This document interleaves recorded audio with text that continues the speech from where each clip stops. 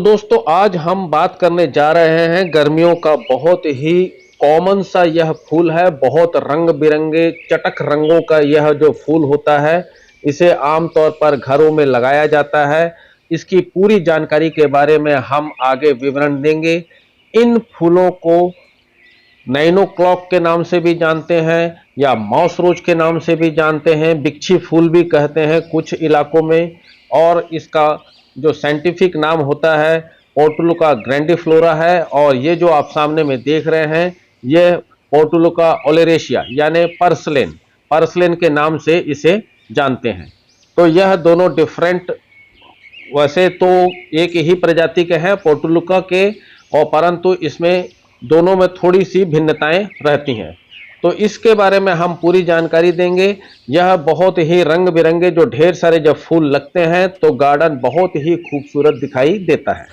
Purslane और पोर्टुलुका grandiflora में जो आमतौर पर अंतर आप देखेंगे, इसके जो पत्ते आप देख रहे हैं थोड़े चौड़े से होते हैं और थोड़े मोटे से होते हैं। इसके जो फूल होते हैं सिंगल पेटल होते हैं और यह बहुत ही जल्दी बहुत ही घना रूप ले लेता है और इसे कुल्फा साग के नाम से भी कुछ इलाकों में जाना जाता है।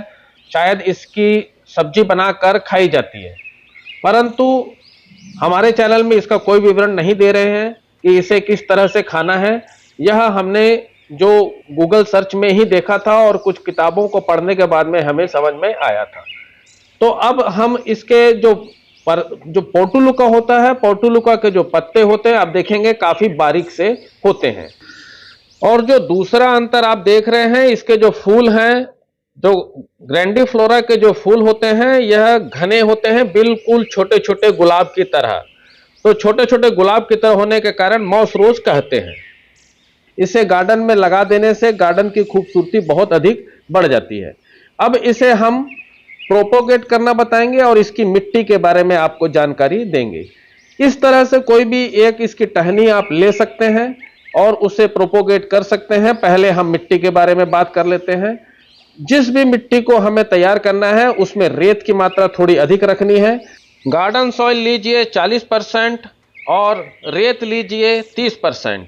इसके अलावा और थोड़ी नीम की खली, थोड़ा वर्मी कंपोस्ट मिलाकर आप जो मिश्रण तैयार करेंगे आपको उसमें ही इसकी कटिंग लगानी है, क्योंकि इसमें बार बार खाद नहीं दी जाती है। इसमें एक सीजन में 1 या 2 बार जो हम आगे खाद बताने जा रहे हैं वही देते हैं। बहुत अधिक खाद देने से इसमें फ्लावरिंग नहीं होती है। तो अब ये देखिए, अब हम ये कटिंग ले लिए हैं। अब इन कटिंग के जो नीचे में पत्ते होते हैं आप उन पत्तों को सावधानी से हटा दीजिए। पत्तों को हटा देने से प्रोपोगेट बहुत ही जल्दी और बहुत ही आसानी के साथ में हो जाता है। पत्ते हटाने के बाद से आप कटिंग को ले लीजिए। सारी कटिंग हमने देखिए पत्ते निकाल लिए हैं।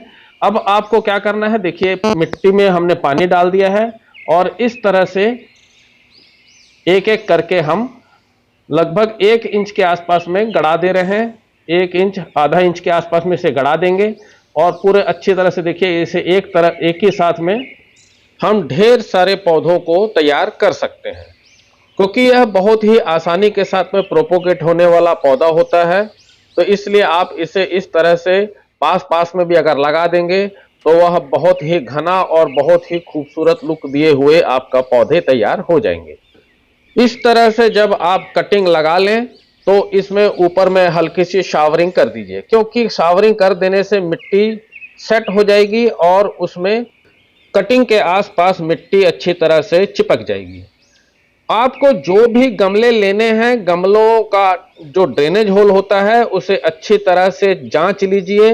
ड्रेनेज होल गमले में होना चाहिए, आपको यह ध्यान रखना है। ये जो सामने आप देख रहे हैं गमले में एक साथ ढेर सारे हमने इसकी जो कटिंग को लगा दिया था और कटिंग देखिए अपने आप ही एक खूबसूरत सा रूप लेती जा रही है। इसमें जब ढेर सारे फूल लगते हैं तो यह बहुत ही खूबसूरत दिखाई देता है। तो ये जो मॉस रोज होता है या जिसे हम पोर्टुलुका कहते हैं, पर्सलेन होता है, यह सर्दियों में डोरमेंसी में चले जाता है, बिल्कुल सूख जाता है और बसंत ऋतु के आसपास में इसे आप अगर रिपोर्ट कर लेंगे या इस तरह से प्रोपोगेट कर लेंगे तो यह आपको अप्रैल, मई, जून, जुलाई तक इसमें ढेर सारे फूल आपको दिखाई देंगे और यह इतने अधिक फूल होते हैं कि आपका गार्डन बहुत ही खूबसूरत दिखाई देगा।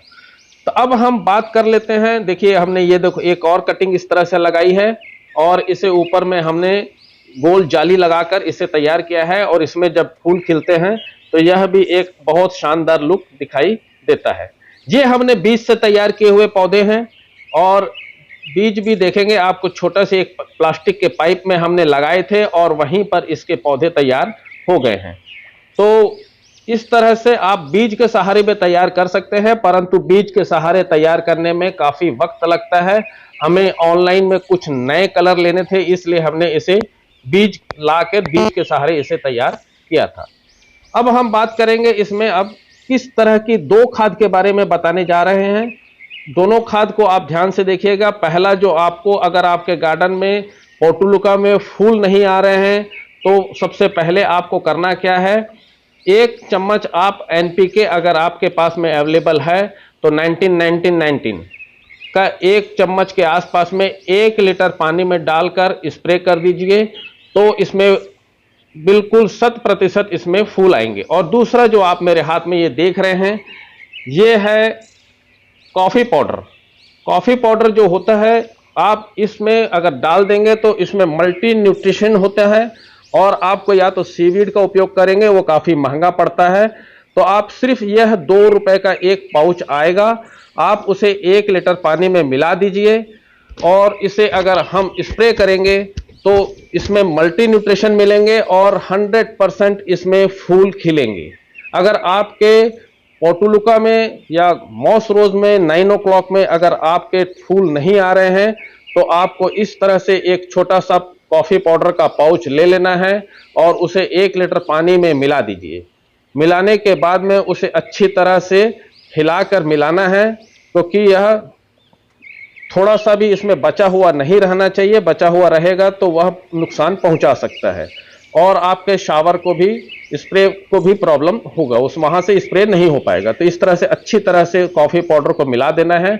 मिलाने के बाद में आपके जितने भी पौधे होंगे आप उनमें अच्छी तरह से स्प्रे कर दीजिए और देखेंगे कुछ ही दिनों में आपके गार्डन में ढेर सारे मॉस रोज खिल जाएंगे, 9 o'clock खिल जाएंगे और आपका गार्डन बहुत ही खूबसूरत हो जाएगा।